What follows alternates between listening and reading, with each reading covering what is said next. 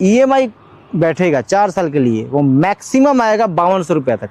इस बाइक को सिविल 750 तक अगर आपका सिविल है, वेल मेंटेन्ड अकाउंट है, आपको कम से कम 20-25 लाख रुपए ट्रांजैक्शन होता है, आपको इजीली लोन मिलेगा किसी भी। हमारे फ्रेम में लगी हुई है ऑल न्यू 2026 मॉडल गोरिल्ला 450। हम लोग इस बाइक का बहुत सारा कंटेंट शूट कर चुके हैं, लेकिन आज जो कंटेंट है सबसे हटके है, सबसे यूनिक कंटेंट है, क्योंकि सब लोग इतना पैसा अफोर्ड एक बार में नहीं कर सकते, या फिर कोई भी रीजन हो सकता है कि एक बार में लोग 3.5 लाख रुपए दे के पे ना करें, इस बाइक को नहीं खरीद सके, कोई और भी काम रहता है, लोग एक ही चीज़ में पैसा इन्वेस्ट नहीं कर सकते एक बार में। तो अगर कोई लोन पे इस बाइक को लेना चाहता है, उसका क्या मतलब प्रोसेस है, कैसे आप ले सकते हैं, क्या आपको लगता है डॉक्यूमेंट्स क्या क्या आपको देना पड़ता है, प्रूफ, सारा बात हम लोग आज डिटेल में बात करेंगे इस बाइक के बारे में।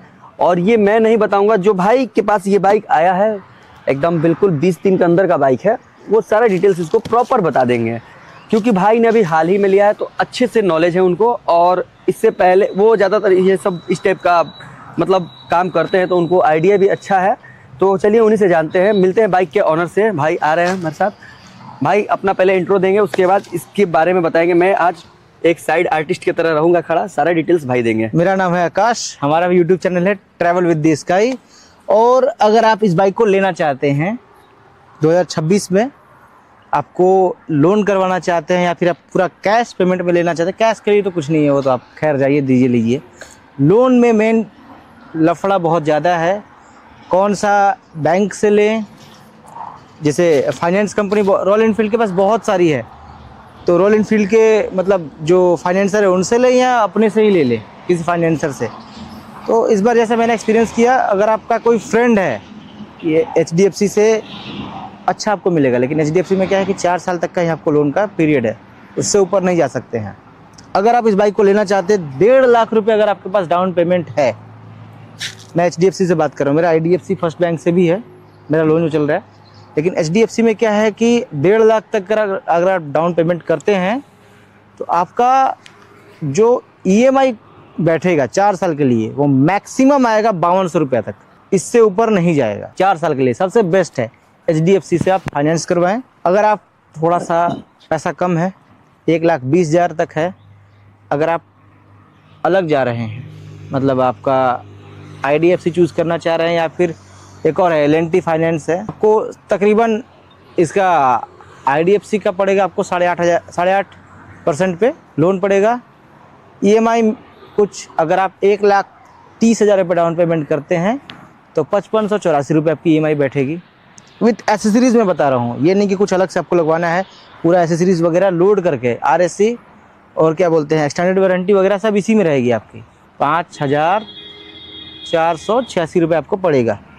और L&T का आपको समझ लीजिए, अगर आप 1,20,000 रुपये कर रहे हैं तो उसमें तकरीबन 9% तक रेट ऑफ इंटरेस्ट चला जाएगा, उसमें तकरीब आप समझ लीजिए 5900 रुपये का खर्चा आएगा पर मंथ आप इसको। और IDFC और L&T जो है वो 60 मंथ्स के लिए आपको देगा, मतलब 5 साल के लिए रहेगा। IDFC 4 साल के लिए रहता है, और भी फाइनेंसर कंपनीज़ है वो आपको अलग अलग पड़ेगी। और अब दूसरा चीज़ है, आपने लोन करवा लिया, अब जो इंश्योरेंस है, इंश्योरेंस इसमें आपको कौन कौन से कवर होते हैं। 0 डेथ 1 ईयर के लिए रहेगा, 4 साल के लिए आपको थर्ड पार्टी इंश्योरेंस मिलेगा। और जैसे ही थर्ड पार्टी अगर आपके पास क्या बोलते हैं थर्ड पार्टी जैसे एक्सपायर हुआ, फर्स्ट 0 डेथ, तुरंत आप इसको 0 डेथ वापस करवाएं। एक ही बार अगर आप लेते हैं 5 साल के लिए 0 डेथ, वैसे तो कंपनी देती नहीं है, अगर आप लेते हैं पैसा बचाना चाहते हैं तो आप इंश्योरेंस खुद से भी ले सकते हैं, उसमें आपको 2-4 हज़ार रुपये बैठ जाएगा और कुछ नहीं। हो गया ये चीज़ें। अब डॉक्यूमेंट्स क्या क्या लगेंगे आपको इस बाइक को लोन पे लेने के लिए। सबसे पहले सिविल 750 तक अगर आपका सिविल है, वेल मेंटेन्ड अकाउंट है, आपको कम से कम 20-25 लाख रुपए ट्रांजैक्शन होता है, आपको ईजिली लोन मिलेगा किसी भी कंपनी से। आपको या आपका मेन अकाउंट HDFC में है, IDFC में है, एक्सिस है, किसी में भी है, SBI है। अगर आप गवर्नमेंट एम्प्लॉयड हैं, आप ITR फाइल करते हैं, तो आपको एक्सचेंज में थोड़ा सा आपको बेनिफिट मिल जाता है, CSD वगैरह की फैसिलिटी मिल जाती है। तकरीबन 20-25 हज़ार रुपये का डिफरेंस होता है और कुछ नहीं होता। अगर आप सैलरीड पर्सन हैं, अच्छा अकाउंट आपका मेंटेन है, पर्सनल लोन लेंगे तो आपको थोड़ा सा एक्स्ट्रा पड़ेगा, उसके जगह आप डायरेक्टली फाइनेंस करा सकते हैं। तकरीबन 8.5% का रेट ऑफ इंटरेस्ट है। Document bank passbook, 2 photo, Aadhaar card, PAN card, mobile number से लिंक, बस ये आपके डॉक्यूमेंट्स है। डाउन पेमेंट करेंगे 1.5 लाख के करीब। तो EMI मैंने आपको बता दी कितनी आएगी, बाकी उसके बाद आपकी गाड़ी आपकी हो जाएगी।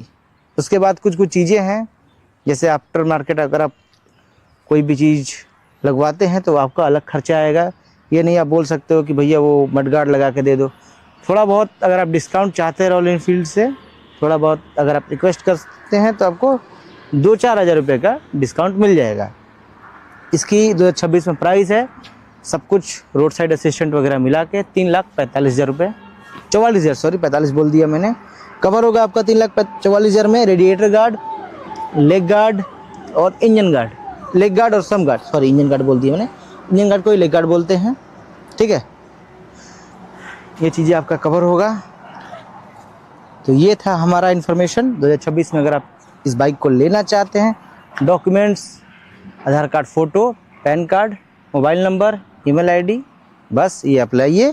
1.5 लाख रुपये अगर आप डाउन पेमेंट, अगर आप इसको लेना चाहते हैं तो मेरे हिसाब से 1.5 लाख रुपये डाउन पेमेंट इनफ है। आपकी EMI भी लगभग 5,000 के अंदर ही आएगी। जितना कम आपका टेन्योर रहेगा, जितना कम साल के लिए आप रखोगे, उतना ज़्यादा आपका जाएगा। अगर आप कम साल के लिए देखना चाहते हो आप HDFC पे जाओ।